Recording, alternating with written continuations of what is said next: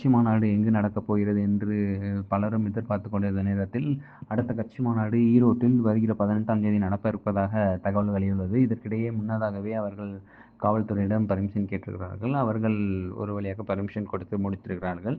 இது எங்கேன்னு பார்த்தீங்கன்னா, சேலம் டு கோயம்புத்தூர் அருகே உள்ள விஜயமங்கலம் அருகே 14 ஏக்கர் சென்டிமீட்டர் அளவில் உள்ள ஒரு இடங்களை அவர்கள் வாங்கி சீரமைக்கும் பணிகள் நடைபெற்று கொண்டிருக்கின்றன. அதாவது மாநாடு பெரிதாக இந்த முறை நடைபெறும் என எல்லாரும் எதிர்பார்க்கிறார்கள்.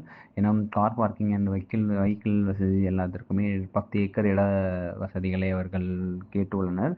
ஸோ இதோடைய தீவிர ரெடி பண்ணும் பணி மிக விரைவாக நடந்து கொண்டிருக்கிறது.